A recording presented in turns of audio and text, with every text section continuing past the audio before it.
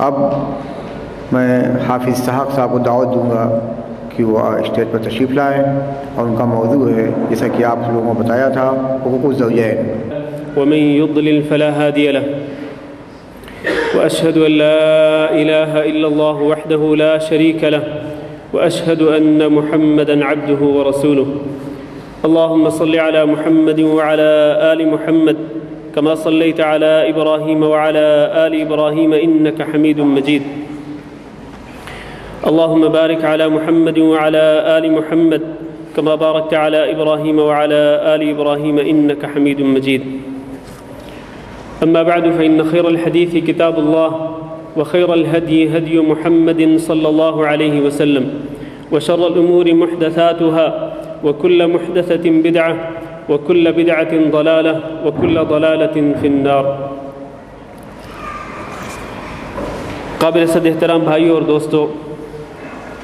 اور لائق احترام ماؤں اور بہنوں، اسلامی معاشرے میں خاندان کی بنیاد نکاح سے ہوتی ہے۔ خاندان کی ابتدا نکاح سے ہوتی ہے۔ نکاح وہ مقدس اور پاکیزہ رشتہ ہے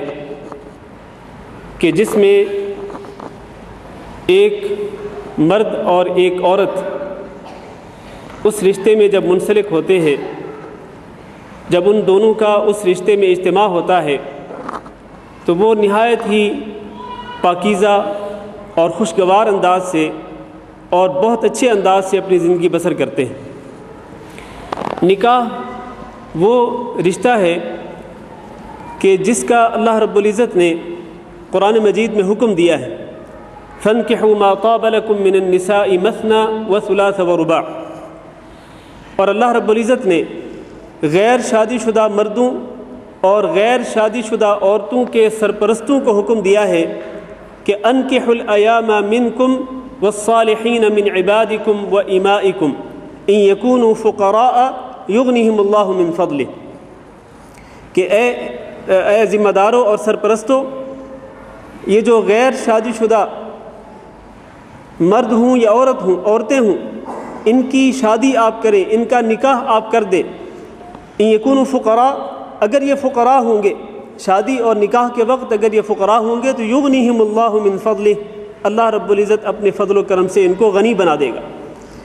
نبی کریم صلی اللہ علیہ وسلم نے اس نکاح کو، اس مقدس رشتے کو نصف دین قرار دیا ہے۔ اللہ کے رسول صلی اللہ علیہ وسلم نے ارشاد فرمایا کہ اذا تزوج العبد فقد استکمل نصف الدین،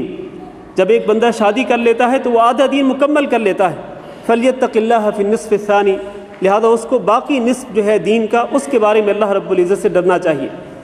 تو یہ نصف دین قرار دیا گیا، یہ مقدس رشتہ جو کہ نکاح سے شروع ہوتا ہے۔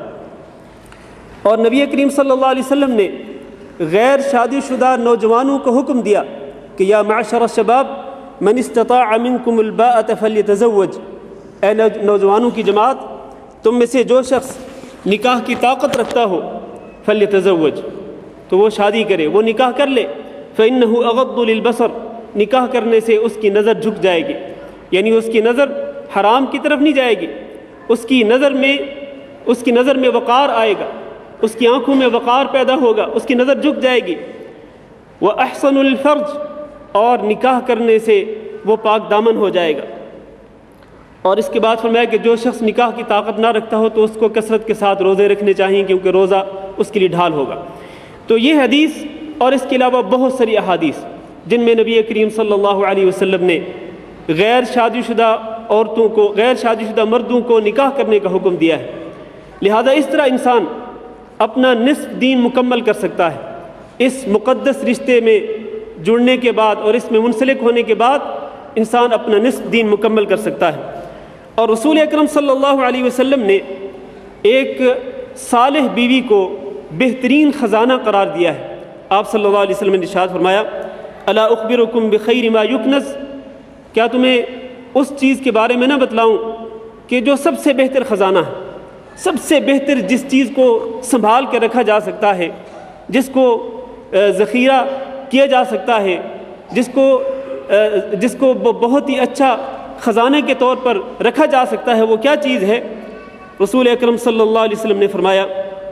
المرأۃ الصالحہ، وہ نیک اور صالح بیوی ہے، اذا نظر الیہا سرتہ، جب اس کا خامد اس کی طرف دیکھے تو اس کو وہ خوش کر دے، اور وَإِذَا غَابَ عَنْهَا حَفِظَتْهُ، اور جب اس کا خامد اس سے غائب ہو جائے، مطلب وہ گھر میں اکیلی ہو، اس کا خامد موجود نہ ہو، تو پھر وہ اس کی عزت کی حفاظت کرنے والی ہو۔ وَإِذَا أَمَرَهَا أَطَاعَتْهُ، اور جب اس کا خامد اس کو حکم دے تو وہ اس کے حکم کی خلاف ورزی نہ کرے بلکہ اس کی فرما برداری کرنے والی ہو۔ تو یہ صالح خاتون جو ہے کہ جو اپنے خامند کی فرما بردار ہوتی ہے اور اپنے خامند کی عزت کی حفاظت کرنے والی ہوتی ہے، اور جو اپنے خامند کو خوش رکھنے والی ہوتی ہے، اس کو رسول اکرم صلی اللہ علیہ وسلم نے سب سے اچھا خزانہ قرار دیا ہے، بہترین خزانہ قرار دیا ہے، جو سونا چاندی سے بھی اچھا خزانہ ہے۔ یہ تمام احادیث اور یہ تمام نصوص جن کی طرف میں نے عجلت میں اشارہ کیا ہے تمہید کے طور پر، ان سے ہمیں یہی معلوم ہوتا ہے کہ نکاح جو ہے یہ ایک مقدس اور پاکیزہ رشتہ ہے، بلکہ رسول اکرم صلی اللہ علیہ وسلم نے ارشاد فرمایا کہ لم یری للمتحابین مثل النکاح، کہ یہ جو نکاح کرنے والا جوڑا ہوتا ہے، مرد اور عورت جن کے درمیان نکاح ہوتا ہے، ان کے درمیان جو محبت ہوتی ہے، ان کے درمیان جو الفت ہوتی ہے، ان کے درمیان جو پیار ہوتا ہے، اس جیسا پیار اور اس جیسی الفت اور اس جیسی محبت کسی اور جوڑے میں نہیں دیکھی گئی ہے۔ سب سے بہتر، سب سے اچھا پیار و محبت کا رشتہ جو ہے وہ انہی دو کے درمیان ہوتا ہے جو رشتے اس ازدواج میں منسلک ہوتے ہیں۔ میرے عزیز بھائیو، یہاں سوال یہ ہے کہ جب کوئی شخص اس رشتے سے منسلک ہو جائے، ایک مرد ایک عورت سے شادی کر لے، سوال یہ ہے کہ ان دونوں کی یہ ازدواجی زندگی جو ہے یہ کس طرح خوشگوار انداز سے گزر سکتی ہے، ایک اچھے انداز سے، بہتر انداز سے، کہ جس میں دونوں کو سکون نصیب ہو۔ دنیا میں جب تک وہ زندہ رہیں تو سکون کے ساتھ رہیں، راحت اور اطمینان کے ساتھ رہیں۔ ان کی زندگی کو چار چاند کس طرح سے لگ سکتے ہیں، کس طرح یہ خوشگوار زندگی نصیب ہو سکتی ہے، اس کے لیے میرے عزیز بھائیوں ہمیں یہ جاننا پڑے گا کہ خوشگوار زندگی کے لیے جو اسلام کے اندر اصول متعین کیے گئے ہیں وہ اصول کیا ہے، ہمیں وہ اصول معلوم کرنے ہوں گے۔ ان اصولوں میں سے سب سے پہلا اصول یہ ہے کہ جب ایک نوجوان لڑکا ایک نوجوان لڑکی سے شادی کرتا ہے یا کوئی مرد کسی عورت سے شادی کرتا ہے تو نکاح کے وقت، شادی کے وقت ان دونوں کے درمیان ایک معاہدہ ہوتا ہے، ان دونوں کے درمیان عہد و پیمان ہوتا ہے۔ ان دونوں کے لیے ضروری ہے کہ یہ ازدواجی زندگی کو خوشگوار انداز سے چلانے کے لیے اس عہد و پیمان کا پاس کرے جو ان دونوں نے آپس میں کیا ہوتا ہے۔ مرد اس عہد و پیمان کا اظہار کرتا ہے کہ میں اس لڑکی یا اس عورت سے نکاح کرنے کے بعد میں اس کے نان و نفقہ کا ذمہ دار ہوں گا، میں اس کی حفاظت کروں گا، اور عورت اس عہد و پیمان کا اظہار کرتی ہے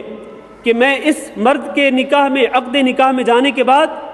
میں اس کے لیے سکون کا سبب بنوں گی اور میں اس کا ساتھ دوں گی، میں اس کی رفیقہ حیات ہوں گی، زندگی میں چاہے خوشی ہوگی چاہے غمی ہوگی میں اس کا ساتھ نہیں چھوڑوں گی۔ یہ جو عہد و پیمان ہے، جب یہ دونوں لڑکا اور لڑکی، مرد اور عورت، جب یہ دونوں اس عہد و پیمان کا پاس کریں گے اور اس کا بھرپور لحاظ رکھیں گے تو یقینی طور پر ان کی زندگی بڑے ہی خوشگوار انداز سے گزرے گی، اور کوئی وجہ نہیں کہ ان کی زندگی میں تلخیاں آئیں جب یہ عہد و پیمان کا پاس کرنے والے ہوں گے۔ اللہ تعالیٰ نے اس عہد و پیمان کا قرآن مجید میں ذکر کیا ہے، وَأَخَذْنَ مِنْكُمْ مِيثَاقًا غَلِيظًا، میثاقاً غلیظا، پختہ عہد، پختہ پیمان جو ہے یہ کیا ہے ان دونوں کے درمیان؟ وہ وہی ہے جس کا میں نے ابھی تذکرہ کیا ہے۔ لہذا سب سے پہلی بات یہ ہے کہ خوشگوار انداز سے زندگی بسر کرنے کے لیے خاوند بیوی کو اپنے اس عہد و پیمان کا پاس کرنا چاہیے اور اس کو ہر وقت ملحوظ خاطر رکھنا چاہیے۔ رسول اکرم صلی اللہ علیہ وسلم نے ارشاد فرمایا، حدیث ذرا توجہ کے ساتھ سنیے گا، کہ فاتقوا اللہ فی النساء، کہ لوگو تم اللہ سے ڈرتے رہنا اپنی بیویوں کے متعلق، یعنی اپنی بیویوں پر ظلم و زیادتی نہ کرنا اور ان کے حقوق کا خیال رکھنا۔ فإنکم اخذتموہن بأمان اللہ، اس لیے کہ اللہ رب العزت کی ذمہ داری پر ہی تم نے ان کو لیا ہے۔ واستحللتم فروجہن بکلمۃ اللہ، اور اللہ کے کلمہ کے ساتھ ہی تم نے ان کو اپنے لیے حلال کیا ہے۔ اللہ کی کلمہ کے ساتھ، اللہ کی کلمہ سے مراد کیا ہے؟ اس میں اختلاف ہے محدثین اور مفسرین کے درمیان، لیکن صحیح بات یہ ہے کہ یہ اللہ کا کلمہ کیا ہے؟ قرآن مجید میں اللہ تعالیٰ نے فرمایا کہ امساکم بمعروف او تسریح باحسان، کہ مرد جو ہے وہ اپنی عورت کو یا تو اچھے انداز سے، بہتر انداز سے، معروف طریقے کے ساتھ اپنے پاس رکھے گا، او تسریح باحسان، یا پھر اگر ان دونوں کی زندگی اچھے انداز سے نہیں گزر سکتی تو پھر مرد جو ہے وہ اپنی بیوی کو اچھے انداز سے احسان کرتے ہوئے اس کو چھوڑ دے گا۔ یہ ہے وہ اللہ کا کلمہ۔ اس اللہ کے کلمہ کے ساتھ آپ نے ان کو اپنے لیے حلال کیا، تو لہٰذا اللہ کی ذمہ داری کے ساتھ جن عورتوں کو تم نے اپنے عقد نکاح میں لے لیا، اب ان عورتوں کے متعلق اللہ رب العزت سے ڈرتے رہنا اور ان کے حقوق ادا کرتے رہنا۔ اس سے معلوم یہ ہوا کہ عہد و پیمان جو ہے، جو خامد بیوی کے درمیان بوقت نکاح ہوتا ہے، اس عہد و پیمان کا پاس کرنا ضروری ہے اس ازدواجی زندگی کو بہتر انداز سے چلانے کے لیے۔ دوسری بات یہ ہے کہ اللہ رب العزت نے ان دونوں کے درمیان، یعنی خامد بیوی کے درمیان محبت پیدا کر دی ہے۔ اللہ نے قرآن مجید میں ارشاد فرمایا وَمِنْ آيَاتِهِ أَنْ خَلَقَ لَكُم مِّنْ أَنفُسِكُمْ أَزْوَاجًا لِتَسْكُنُوا إِلَيْهَا وَجَعَلَ بَيْنَكُم مَّوَدَّةً وَرَحْمَةً، کہ اللہ رب العزت کی قدرت کی نشانیوں میں سے ایک نشانی یہ ہے کہ اللہ تعالیٰ نے تم میں سے ہی تمہاری بیویاں پیدا کر دی۔ کیوں؟ حکمت کیا ہے؟ لِتَسْكُنُوا إِلَيْهَا، تاکہ تمہیں ان کے پاس سکون ملے۔ وَجَعَلَ بَيْنَكُم مَّوَدَّةً وَرَحْمَةً، اور اللہ رب العزت نے تمہارے درمیان محبت پیدا کر دی اور رحمت پیدا کر دی، شفقت پیدا کر دی، کہ ایک مرد اپنی بیوی پر شفقت کرتا ہے، اس پر ترس کھاتا ہے، اسی طرح ایک بیوی اپنے خامند پر ترس کھاتی ہے، اس پر شفقت کرتی ہے۔ یہ جو محبت اور شفقت اور الفت کے جو جذبات ہیں